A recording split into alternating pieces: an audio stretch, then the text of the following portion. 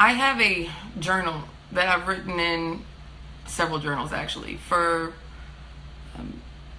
the last several decades, probably since I was about 10 years old. And I write in it almost every night. And last night before bed, I wrote in it, and then I went to sleep. And then I woke up almost at 3 o'clock to the dot. I had a dream, and I don't know, it was the craziest dream. And I won't get into the details of the dream, but it made me open up my journal and write in it. So what I decided to do was to read you what I wrote in my journal. And I know that this is different than what I normally do. Normally it's just off the top of my head and speaking. But I'm going to read you what I wrote in my journal. And it was a letter to Trump supporters. First off, I love you. Each and every one of you. The love that I have is boundless. I love everybody, even those, including and especially those who do not love me. You may not believe that, but your disbelief of that statement won't make it any less true. What I admire most about you is your courage to stand behind your convictions and your love for our country, a sentiment that I relate to on a very personal level. With that said, we have a lot more in common than you think. Is it possible that we both want what is best for our country and our people, but we disagree on the method to achieve such success? I want you to keep this in mind, though. We may disagree on many things, but our nation was not founded by men that agreed on everything, but rather by men that disagreed on almost everything, except one thing, that the power of the people was always to be more powerful than the people in power. We are not meant to agree on all, but we are meant to listen, to learn, and here to consider, to grow as a people and as a nation. The testament of our country is not in who wins elections or has the largest voice or the largest number of followers. It is measured in how we share a level of respect to those who voice an opposing opinion to a cause that which you may have spent a lifetime defending at the top of yours. But these are different times. I think that we can agree on that as well. Long gone are the days where politicians took office thinking about what is in the best interest of the people. The term public servant has been a phrase lost in time and generationally has been replaced by people who use their position to manipulate the public to serve their own agenda. I understand why many of you voted for President Trump, and please take notice that I called him by title because he is my president. Just as I expected that same respect to previous presidents, I will extend that same professional courtesy. Whether I like it or not, I own it. We all need to own it. Not doing so only further divides us. I heard you during the election. I heard you when you said that you were tired of politicians. I heard you because so am I. I heard you and I saw you when you were angry. I heard you and I saw you because I'm angry too. We have every right to feel the way that we feel, but we must accept the responsibility for what comes next. We were tired of the lies, the politics, and the same old nonsense. We wanted someone who we felt shared in our frustration and would take a stand for us. We wanted change, and I would like to believe that we all want to change for the better for everyone. Something else I feel that we could all agree on. Unfortunately, though, we are living in a peculiar era where people will speak even if they are misinformed, and when proven wrong, will not only never admit to their mistakes, but they will double down to defend their ignorance and pride. We live in a generation where responsible journalism is replaced with opinions being passed off as facts. Ratings consistently substitute a motive for accurate information, and miseducation of the masses is the way to ensure that none of us will ever question the system. My plea is not one to convince you that you were wrong, but to meet you halfway in saying that there's fault to be had on all sides. You are angry, or people are angry at you that you support President Trump, and you are angry at people who are angry at you for supporting President Trump. Neither's right, neither's wrong.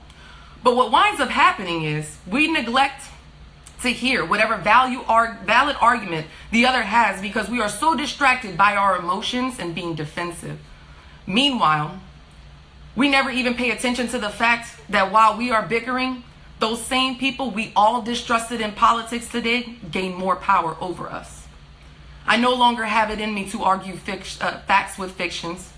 I am tired of the frustration I feel when I see people harboring such cognitive dissonance in their heart, but won't open up their mind long enough to even consider the process, to even consider the inconsistency that exists between what they say they believe and what they support publicly. So what I'm going to do is I'm going to ask you one simple question for your consideration. President Trump campaigned on the slogan, "Make America Great Again." I simply ask you to consider when America was really great. Was it great in our first century, when the monarchs and elites of old sent the criminals, the indentured, the religious, the enslaved to colonize a new world in search of fortune and wealth, to be made off the strength of the backs or the sweat of the brow of the unprivileged? Yes, it's true that a nation was created there, but it was a phoenix, birthed from the ashes of a civilization that existed millennia prior. Or was it in the century of next, when we added insult to injury by further stripping the rightful owners of their lot, and to this day continue to rape them as much as we rape Mother Nature for our own selfish gain? Or better yet, during this time when we spent centuries owning and denying members of our own species basic freedoms of human decency? Was it great then?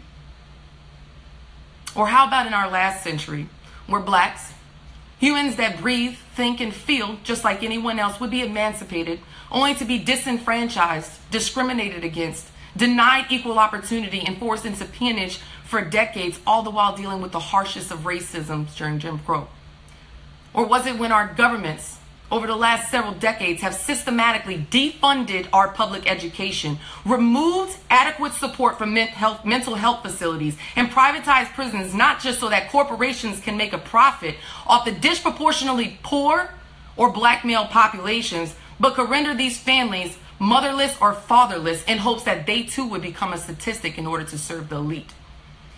Don't you dare have the audacity to question my patriotism because I posed this question. It ultimately boils down to what you consider to be the definition of greatness. It's true in history that the victor writes the tale, and it's always easy for us to point out the great things that we feel that we can look back on. But true greatness isn't just measured by our successes, but in our failures as well. Every fiber of my being believes in American greatness, but it is our dutiful obligation to hold this country and its citizens accountable for what we have done and to make necessary changes to rectify past wrongs. We have to consider what words and phrases like this mean. Liberty and justice for all. Give me your tired, your weak, your huddled masses yearning to breathe free. Or my favorite, we hold these truths to be self-evident, that all men are created equal, that they are endowed by their Creator with certain unalienable rights, and that among these are life, liberty, and the pursuit of happiness. That to secure these rights, governments are instituted among men, deriving their just powers from the consent of the governed. Are these just words, or do they mean more? These words were spoken through sacrifice, a last full measure of devotion, a dedication to a life spent defending something greater than ourselves. So here we are, almost a quarter through our next century, and we have the unique opportunity to write the course of our own history, filled with intelligence, compassion, and love, each day, despite our differences.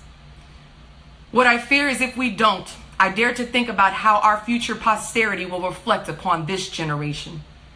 I love my country and my countrymen with a deep and furious passion.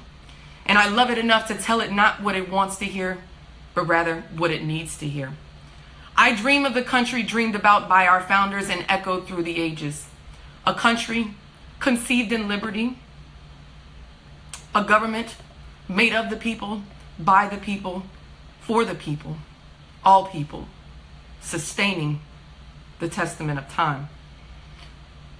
What I also fear is if we cannot find in our character to find a common ground, our democracy will sure perish from this earth, and all of us shall reap the inevitable consequences of what we sow.